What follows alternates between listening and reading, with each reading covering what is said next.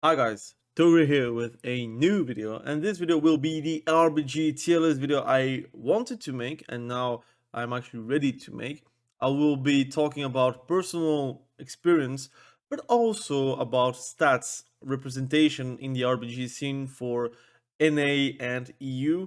Of course, I am from EU, so I'm going to speak about the experience I have with RBGs in EU, but I'm going to, of course, try to give explanation why I put X tier, like X spec, into specific tier.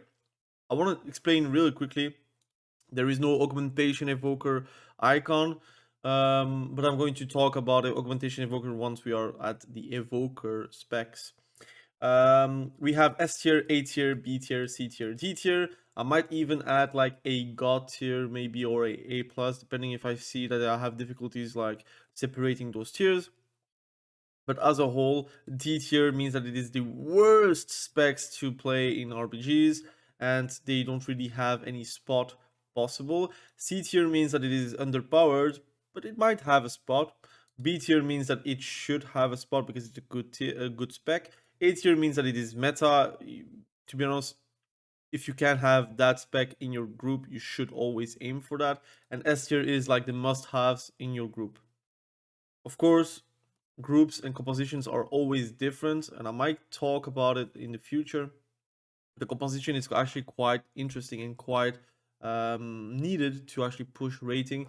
There is like the Discord voice chat that is actually very needed to actually have like a lot of quality games. But I think a quality comp, like having a quality comp, is also going to help you. Like don't try to show up in an RBG with like 8 DPS and only 2 healers. Like you have to have like a flag carrier, and you kind of need a third healer to actually like sustain heal everyone. But anyways, now let's talk about the tier. I'm going to talk first and foremost about Havoc Demon Hunter. Let's go into the representation. Havoc Demon Hunter is the second most played spec, above 1800 EU, and in US we are very close, also the second most played spec. Overall, we have like the second most played spec, and above that there is like Subtlety Rogue, which is a category by their own. It's like you don't even see a Subtlety Rogue as a DPS, but more like a stealth based spec that can actually take like hold positions, take positions, ghost. Again, being on the off cards, for example, it's very important. So you can see DH as the most played melee spec. And by that account, I also agree that it is very strong. Now, is it like a absolute must-have in any group?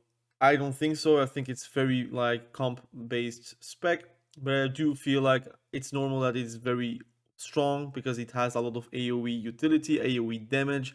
They have like great CC, but they have also ways to actually escape deaths and escape CC as well. So I'm going to put it in A tier. A tier means that it is meta, it is something that you want to have in your group, but it is not a must have. It's not a must have right now. But if we talk about like Vengeance and Demon Hunter, it is like the most played spec actually, 69. And if you're going like on EU, you have a lot of popularity actually, 27, which is even more than Garden Druids. And in the US, you have like somewhat 42 Garden Druids with like Vengeance and Demon Hunter. And I think the reason for that is because I um, have noticed that a Garden Druid is not really as needed anymore, because of like a lot of changes that they made in Shadowlands about the Sleeper Legendary. Now it's like like it's a talent, but it's like not something that is an auto win button. That's gone.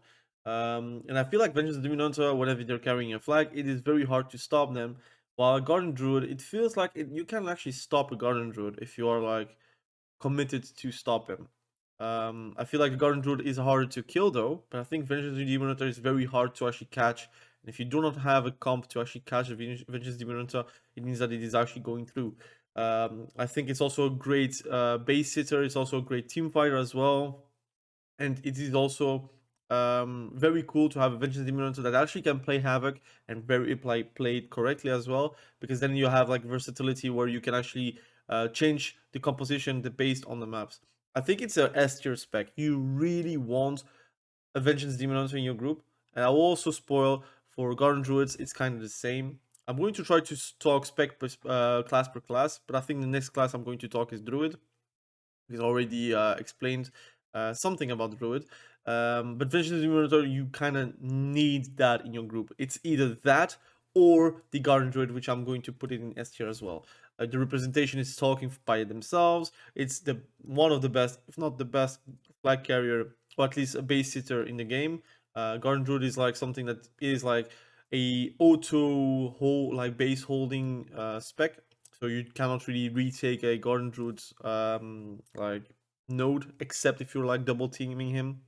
And still, they can actually hold quite well and wait for like reinforcements. I think it's so good to have a Garden Druid because it opens up a lot of things. Like for example, if you're a rogue, like for example, I'm playing subtlety rogue, right? Like 1600 MMR, and um, I actually appreciate having Garden Druid because it opens up the possibility for me to ghost some nodes and something like go for a bit more of an aggressive play. While if we're not playing with a Garden Druid, I'm kind of having to play the role of a Garden Druid. So it means that I have to hold the and sit bases and try to make up for the lack of Garden Druid. I also liked playing with a Vengeance Demon Hunter, but it's mostly like depending on maps. While for example, on like Arati Basin, if we do not have a Garden Druid, often or not you're going to be stuck at farm or stables. And if you have a Garden Druid, it's actually very easy to go mines and keep mines if you're very good at it. So I think Garden Druid is like a must with Vengeance Demon Hunter. Let's talk about Feral Druids. I think Feral Druids is very special because we don't see too many Feral Druids, but it is actually very popular in EU. We have like 45, which is actually overtaking Retribution Paladin by 1. And in the US, which is also like quite weird, but you have like only 40 Feral Druids compared to the other DPSs. And I think the main thing going on is a lot of Feral Druids actually are playing Garden Druid whenever they have to, and whenever they are switching out of Garden Druid, they play Feral Druid. That's the main thing I see going on the RBG scene in the EU. I do feel like Feral Druid has some USPs. They can actually do very well in AoE situations, but I really think it's like a subpar rogue most of the time. They don't have like an easy restuff, except when they are actually like doing their Shaman's like CD, but often or not, whenever they're restuffing, it's actually to burst or to redo a stun, for example. It's not to actually restuff and go away and run away. So that's one thing I notice. I do feel like it's a good spec, but I don't think it's like the meta spec. So I'm going to put it B tier. I know that it's very popular. I know they have like they can have a spot in a group, but it does feel like if you're playing with a rogue, a Garden Druid, having a Feral Druid makes it like a bit too stealthy and makes it that you don't have a lot of presence on the map. And to win a lot of fights and to win a lot of like those team fights, which are very important with a target caller, if you don't have enough presence on those team fights, you do lose them, and then you will lose a lot of the parts where you're going to win normally if you actually had won the team fight. Resto Druid is a special case. I think it's like a good spec in RPGs, but it is not very utilized for a good reason. It doesn't have the damage reduction that a lot of like healers have, or like those AoE buttons that they can press, like for example, Mistweaver or Preservation Evoker or Disc Priest, for example. It's a great spec to actually follow the healer, but it feels like Preservation Evoker and Mistweaver Monk actually can do the same. They have also a lot of like mobility, and now you'll have also Augmentation Evoker, which basically can actually help those Resto Druids maintain the tank spec, for example.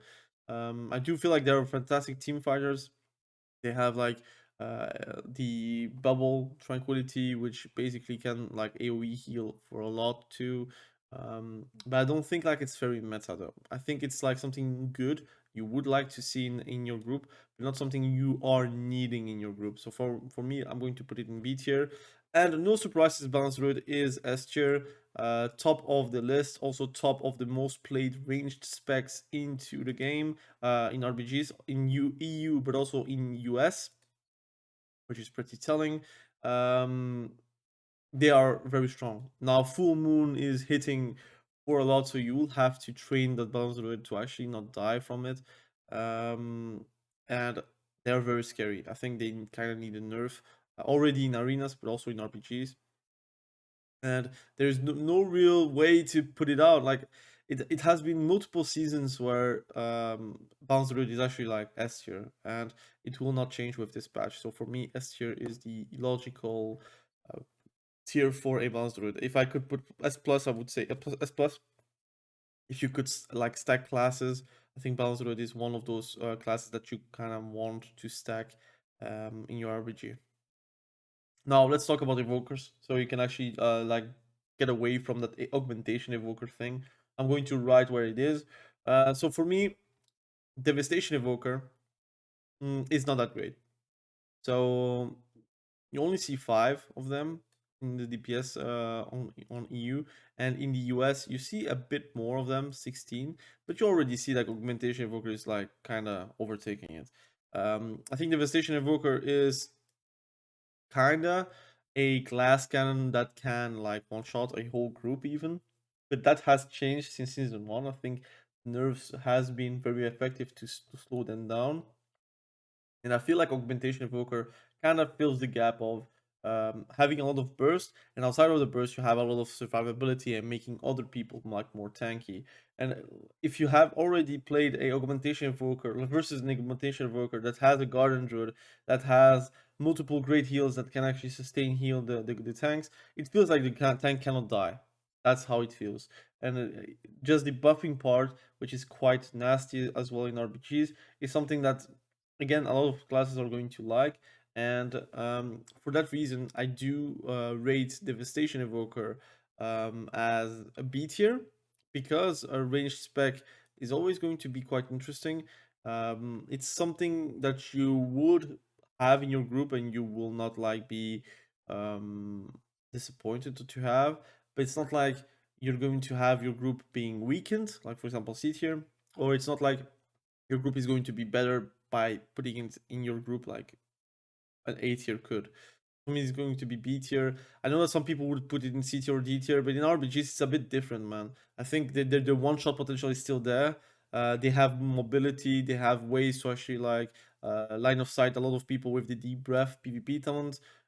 So you have like a whole wall, and sometimes your Garden Druid is going to die because of that, because there is line of sights. So you have to play around that.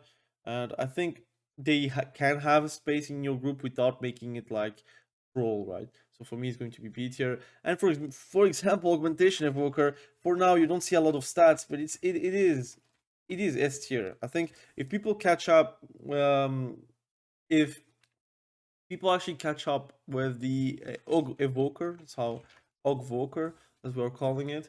They're going to play more augmentation evoker in those groups. Again, I think there's a lot of augmentation evoker that actually play preservation evoker and vice versa. So there is a lot of things that are actually kind of hidden where you as a group kind of really know. But I feel like augmentation evoker is like a huge step up in your group. You cannot go wrong by having it in your group. Now, preservation evoker, for example, is going to be an easy S tier. I think it's a very S tier meta healer. You have like basically your top 3, which is mistweavers, disc priest, and preservation evoker. And depending on the region, you will see more preservation evokers and less disc priest. For example, in EU, you will see more preservation evokers, and you already see that even at lower MMR.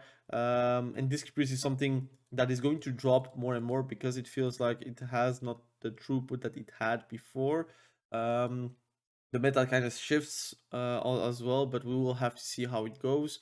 But for example, Preservation Evoker is probably going to be S tier or A tier. Now I hesitate between A tier or S tier. Maybe I would put it in A tier because I'm going to reserve it to one or two specs above Preservation Evoker.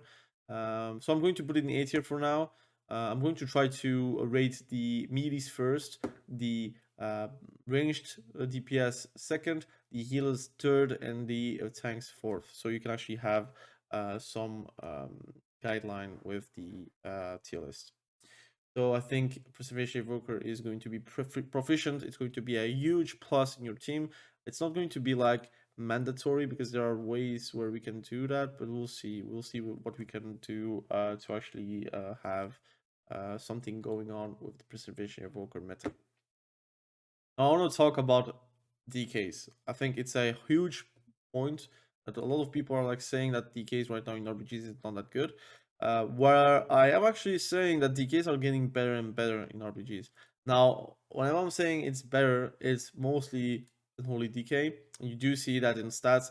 In EU, you have a resurgence of Unholy DK, but also in US, you have 60 Unholy DKs and only 8 Frost DKs. So there is like two schools, right? I'm going to talk first to DPS, then we have the tank. We have like the Frost DK school, where it's more like a lot of about the disruption, the AoE stuns, the double grip, the abomination limp, the trying to be like AoE blind sleep, for example, on everyone. And then you have the second school, which is the unholy decade school, where you're doing like huge amount of damage, and that damage is really, really, really high because you have a lot of classes that can actually buff those unholy decays.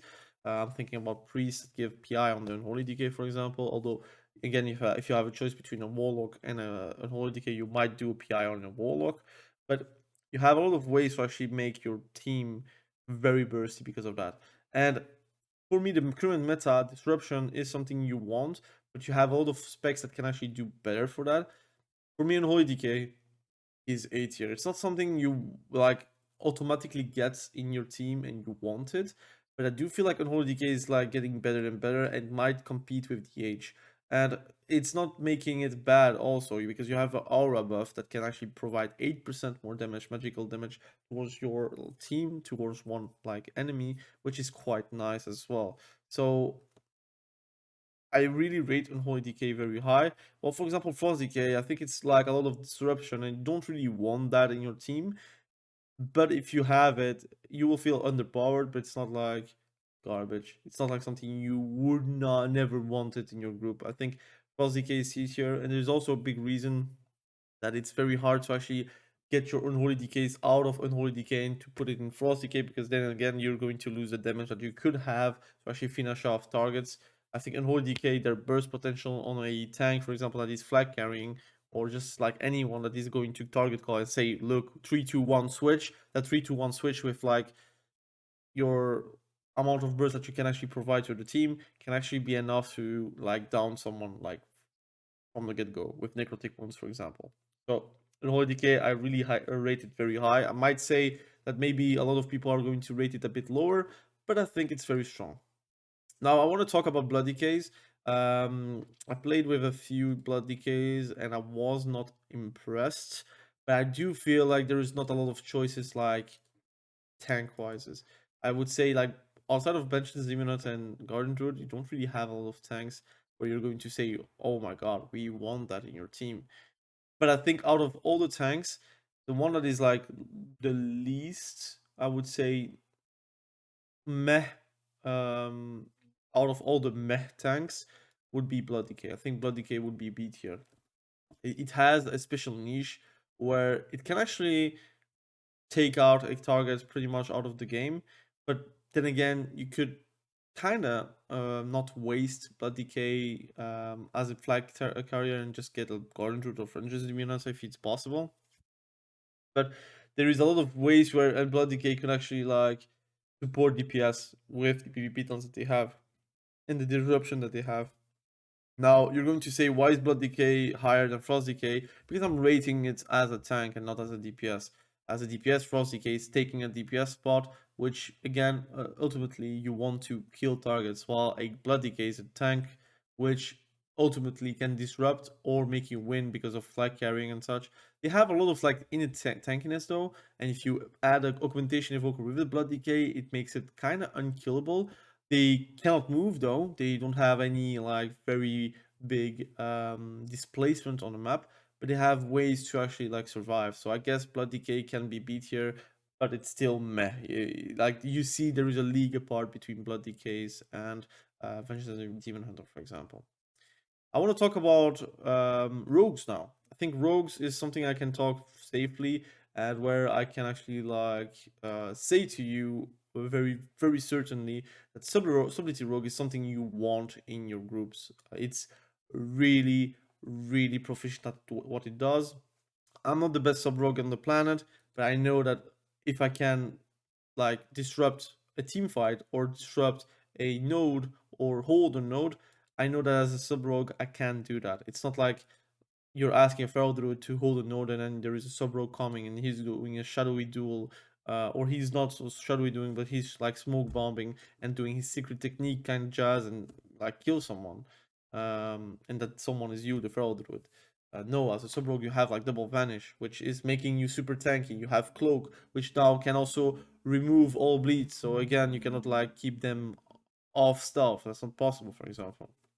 Evasion, super big versus melees. You have a lot of ways to actually like cheat death pretty much, and that's actually a very good thing for a node holder, but also just in general a very good like ghoster. You can also ghost on other nodes and actually make it work. Again, you have to be very quick though, because people just notice whenever you're ghosting and they can just take your node, and that's a problem that can happen in your games. But I do feel like Sub Rogue opens up the composition and the whole map. There is like someone like, again, there are some people are saying like double rogue could work. In my opinion, it cannot really work that well because you're sacrificing a lot of those team fights potential that you could have by having another DPS. I think one rogue is kind of necessary. Like for example, a Garden Druid or Vengeance Divinata is kind of necessary in your group. So sub rogue is S tier. I tried a bit of assassination rogue. The problem is there is a lot of things that can ruin your burst. It has damage, but it doesn't have like double vanish first and foremost. So it feels also a little less tanky as well. And no CDR reduction as well. So for me, it's going to be still something you would like to have in your group, preferably because it is a rogue. But I would say that if you can actually just respec to sub, you should maybe do that. And the same for Outlaw Rogue. I think I'm going to judge it also at B tier, but it's probably more proficient at actually stopping people from taking bases instead of actually like bursting someone down because they try to take your base. It's like purely attrition and try to help your team to get on your target. Like for example, Garden Druid would do if someone is like going onto their nodes and try to take the node, whoever Garden Druid on the node. So I think it's B tier. Again, if you're like disagreeing with me, please let me know in the comment section below. Now I want to talk about Disc Priest. Let's talk about Disc Priest and the Priest specs. So it's pretty apparent. It's pretty apparent that if we are talking about Disc Priest, it is top 3 healer, even top 2 in US. Representation wise, I think it's fantastic at actually keeping targets alive, at AoE healing, and also AoE dome, like a whole team fight. They have ways to actually like do damage also, but they have for sure a lot of utility in a group. So in my opinion, I rate them on the same level as Preservation Evoker. I would say a bit higher than the Preservation Evoker because of all the utility AoE things that they can have. But I do rate like one healer above Desk Priest. But you also see that on the representation as well. Holy Priest is more of a single target healer. They can AoE heal, but it's like not that much. You have Prayer of Mending that can bounce on everyone, but again, the healing is like not as logical as, for example, Disc Priest. They don't have a lot of like damage reduction abilities or damage reduction passives or whatever. They don't have a lot of things that can actually like stop damage, like for example, Disc Priest could do. There is like possibilities to make it work because again, it got buffed. I still think that it is a spec that you want to have pretty much in your team if you can have it, although it's not like a must have, like for example the A or the S tiers. But I do feel like it's not going to be super annoying to have it in your group. So I do rate it, especially on some maps. I think on some maps you could like switch to Disc Priest or switch back to Holy Priest depending on how it goes. But overall, I think Disc Priest is more proficient at what it does in general. So if we talk about Shadow Priest, you'll have to talk about top 3 healer DPS, like range DPS used in RPGs. And for that instance, I love the CC that it can give. I love the damage that it can provide, and it's actually very hard to switch onto a Shadow Priest whenever you have like Dispersion ready to use. You have also Void Shift, so if you see that a target actually going down, you could actually save it. You have a lot of ways to be supporting your group, but also like again give a lot of damage to your group. I don't think it's a must-have, like a must-have, like a S tier. But I do think that if it's in your group, like an A tier spec could be, I think it is a huge positive. I think if you see a good Shadow Priest in your group and you want to push with it, I think it's worth to actually have it in your group and build around it like a balance it could be. And you could actually play Boomkin with a Shadow Priest, and then like two melees, a rogue, and then something like extra. You can still have a great comp going out. So it will depend on how you will see your comp and how it will be built. I think Shadow Priest is really slept on, and I think it's very strong. If you want to talk about Warlocks, I think Warlocks is a good talk. Warlock is a good talk. I think Warlock is pretty needed because of the portal. I think it's a lot of utility with Hearthstone. I think it's one of the best defenders in the game. So if you're like on playing on Morton Gulch or Twin Peaks, I think it's actually very good at defending your tank because you have a lot of fears, a lot of those interesting methods to actually escape death and also to juke people. If you have like your TP at the right spot, you can actually like TP them on your TP. With a PvP talent and basically like avoid a lot of things, avoid a lot of problematic things going on the battlefield. I do feel like that's something that no other caster have. But I'm going to judge spec by spec. I think Destruction Warlock is the best spec for RPGs. It does feel like it has a bit less damage, but having Havoc and do like a lot of spread damage, but also a lot of spread CC with Mortal Core can actually help a lot for your team. So I'm going to put it in S tier. For me, it's like a must-have. In general, if you do not have a balance route, you should have a Destruction Warlock. That's like one of the other. If you can have both, that's also good.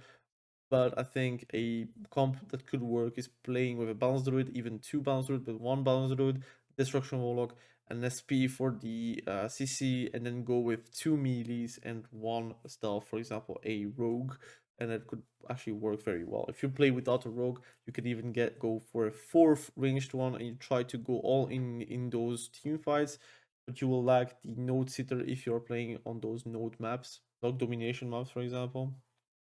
But I do like Destruction Warlock. I do rate Affliction Warlock a bit less. My reasoning is they don't have like a lot of kill potential. They have like a lot of pad.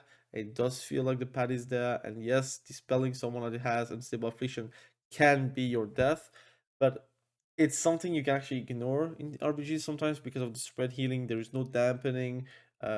You can get but there's no dampening basically. So your rot spec that is normally should work in arenas is not working as effectively in RPGs. It's still like a spec that you kind of want because of the aforementioned TP that you can have, the portals, the heartstones, the CC and fear is actually very good. So you have ways to again make it work. But I think if you can choose between Distro or Affliction Warlock, normally you should play Destruction Warlock. But I can understand why people would like one trick, one spec, like for example, Affliction Warlock can. Demonology Warlock, I think it's going to be a bit lower. I've seen like some plays where Demonology Warlock can work because it does a lot of damage with Tyrant if you're like unchecked. But if you see a Demonology Warlock against you, normally you should train it because you do not want to give him like the biggest tyrant possible. You want to stop it. And trust me, it's actually hard to cast whenever everyone is actually interrupting your casts. And CCing whenever you are not interrupted or like mini CC you. And yes, precog is a thing, but again, if people are not missing their interrupts, your precog is pretty meaningless. So I think I'm going to put it in B tier. I think I'm ahead of Devastation Evoker because it has those great CC option that a wall can have. Now I want to talk about monks. It's going to be quite a thing, I guess. going to be quite a thing. Monks are just not played at all on EU, like windwalker monks, and on NA. Although you have more melees, still only 24 windwalker monks playing. It's not squishy as before, but it is very, very much playing like a sub rogue. But there are not a sub rogue. You could make it work, I guess. It's not on the same level as a Frost Decay, in my opinion. I think it's better. Stats are also talking for itself there. So I'm going to put it probably between Assassination Rogue and Outlaw Rogue, but I think Windwalkers are going to be overall suffering in those matches. So that's my opinion about it. I don't see a lot of Windwalkers in general, and a lot of those Windwalkers actually are mistweavers in general. So it's a bit skewed to see the representation to be as high as it is right now. Um, if I want to talk about Windwalker, we have to talk about mistweavers. Mistweaver is the best healer spec in the game, bar none. I think Mistweaver is so good. Cocoon is so good. The healing is so good. I think in general you cannot go wrong having a Mistweaver. I think it's really annoying to kill as well because there is no dampening. You have also a lot of external help whenever they feel like your Mistweaver is in problems. They can actually help them. So for me, it's pretty much like guaranteed that you want and need a Mistweaver in your team. If you're not playing with a Mistweaver, normally you should try to stack Preservation Evokers and Disc Priest. That's the ideal, of course. Brewmaster, I think it's not that good. I think it's worse than Blood Decay. I'm going to put it in C tier because I don't see them D tier. I think there are other specs that can be D tier. I think I'm going to put it in C tier because I don't see a lot of Brewmasters. And in general, it's like the representation is very low regardless. So I'm putting it there. I want to talk about Paladins right now. I think Paladins is like something we can talk safely about. Retribution Paladin is a 8-year spec. That's pretty much the meta melee wise. You want a Demon Hunter, you want actually an Unholy Decay, you kind of desire Retribution Paladin. I think those three specs are fantastic by themselves. And they do a lot of damage. They have Bobs, they have Divine Shield, they have Ray of Hope. Ray of Hope, they have Leon has, excuse me, and they have a lot of ways to be very unkillable because you can actually use those immunities at your service, and it's actually very hard to ask your healers to master spell whenever someone is low and they can actually heal them. So for me, Retribution is actually backed up also with the representation. It's top 3 most played spec all region combined. I would even say it's above Unholy Decay, but I think people are going to be waking up about Unholy Decay in RPGs. And I think it's going to be quite obvious the great choice for melee. Uh, Protection Paladin, I think it's on the same page as the Brewmaster. They kind of nerfed the walk healing, but also the regen. We cannot really heal too much in RPGs. It does feel like carrying flags is very hard. It does also feel that team fighting as a Protection Paladin is more proficient.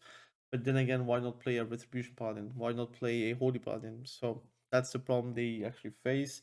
I think they kind of need something different in PvP to make them work. But right now, it feels like they are like a complete useless healer compared to the other healers. Holy Paladin is on a resurgence.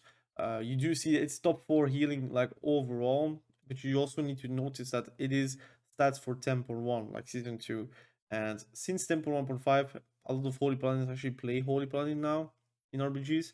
And I think there is like a spot that can be open for Holy Paladin, but I think I'm going to put it in B tier because there is like a difference between the two A tiers and the S tier a bit too much. So for me, it's going to be standing next to the Holy Priest and the rest of the Druids. Now let's talk about mages. I think mages is an interesting topic. There's not a lot of mages, let's be honest. Like arcane mages, overall, you only have 12.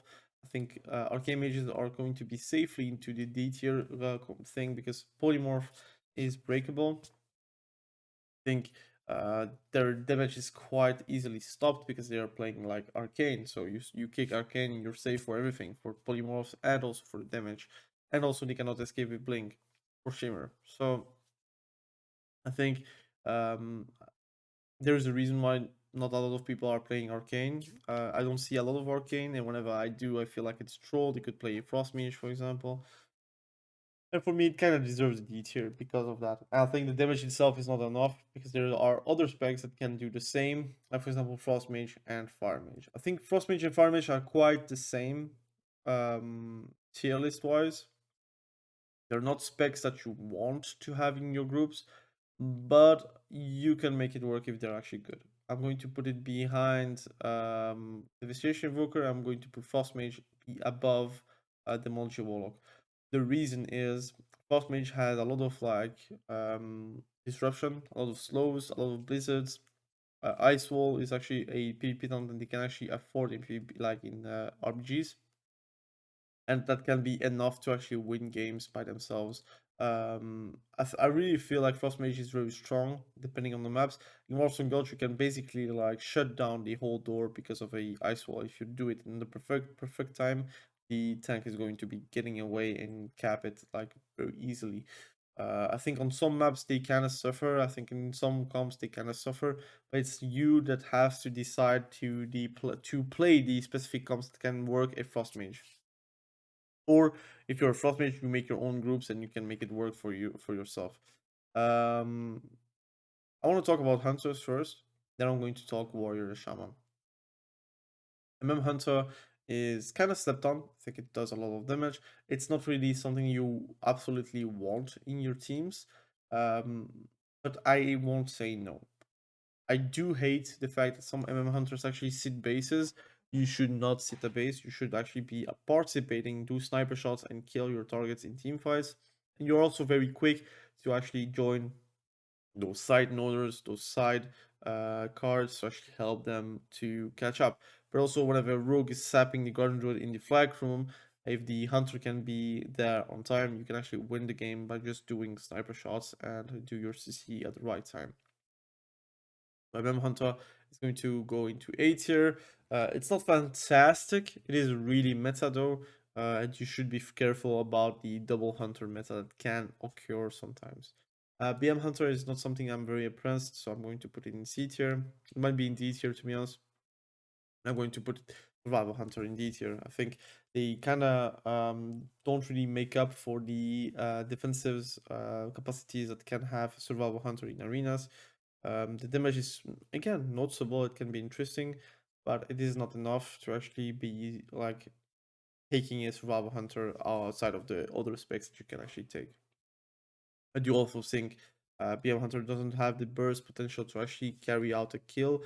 And if they're like team fighting, I mean, they could always participate, but I think if they're like 1v1ing or 1v2ing, a BM Hunter will probably not kill like the target in time to actually win the game. Let's talk about warriors. I think warriors. Protection warrior is probably the worst tank spec. Unfortunately, the damage is not that impressive. The defensives are not that impressive as well. Mobility is subpar. You cannot really leap with your flag. At least not from what I've remembered. At least I don't remember a protection warrior actually leaping with the flag, which is kind of sad, especially with the PvP taunt. I think protection warrior are just not tanky. They are like DPSs, but they don't have the DPS. And if they had like more DPS, they could be interesting because of the disruption. But right now, it just is not simply enough, and you should go for a fast decay if you're playing with a protection warrior in general. Let's talk about the warriors. Elephant in the room. I think warrior is not doing great right now. In RPGs is a bit different because you kind of need the mono strike effect, and if you're playing with boomies, if you're playing with destruction warlocks, although they kind of have the MS effect, if you're playing with those specs, you kind of need a reliable MS effect, especially with sharpens. It can be sometimes enough to kill someone. It can be feeling like a dampening game. They have self peels. They can make it work. I do feel like they are not the best specs out there to make BGs work how it should be. So I'm going to put Fury Warrior at B tier because I feel like it's very hard to um, manage to have the slaughterhouse stacks with the amount of people that actually like do a lot of MS effects, so it will always drop off, except if you have like multiple stacks, then it doesn't drop off. The damage is like predictable. The damage is also nerfed since like 10.0, so I think in general, Fury Warrior kind of deserves the B tier easily, I would even say. Arms Warrior, I think there is like a little spot at A tier. I would even say B plus, to be honest. It has Warbanner, it has duel, it has ways to actually like help your team. I think damage wise it's very pitiful. I think it's the least amount of damage you can actually have as a warrior in those like spec like environment. I try to take a pyramid kind of graph. If you see, it should be always going like this. This means that the balancing is actually quite alright, but it could change anytime to get it better, right? So Arms Warrior, I think they're a bit better, but not like extremely better than Fury Warrior. It could be B plus even. Elemental Shaman, I think Elemental Shaman is quite interesting. It does a lot of damage. I think there is not always a spot, but if you can actually take Elemental Shaman, it's not bad. I think in general I'm going to put it in below MM. I think in general it kind of deserves below MM. It is stoppable. You have a lot of like mistweavers that can actually piece weave your flame shock, so it's also annoying to like keep flame shocks on everyone. But it can be good. It depends on what it comes. If you're playing with affliction walks, for example, and a shadow priest, you can actually have a lot of like anti-dispel things going on, and that can be enough to actually win the game. Resto Shaman is going to be B tier as well. I think I cannot put reliably a healer be below B tier. I think you always need a healer, and I think Resto Shaman is one of those healers that actually can make it work. And in general, I'm going to say that I will rate Resto Shaman on the same tier as a Resto Druid, Holy Priest, and Holy Paladin. You also see, like, representation-wise, it drops. So realistically, you could put it in C tier, but again, you kind of need a healer, and that's why for me it's going to be B tier. If anyone has a choice, you will always go for the S tier and the A tiers, and the B tiers are like the healers that you kind of have to take because you don't find another healer. That's pretty much how it goes. But you can climb with it, but you have to be exceptional at your spec or class to make it work on the same level as those three other specs. Enhancement Shaman, I'm sorry, I will say that it is even below Outlaw Rogue. It is very CD based. It doesn't have too much disruption.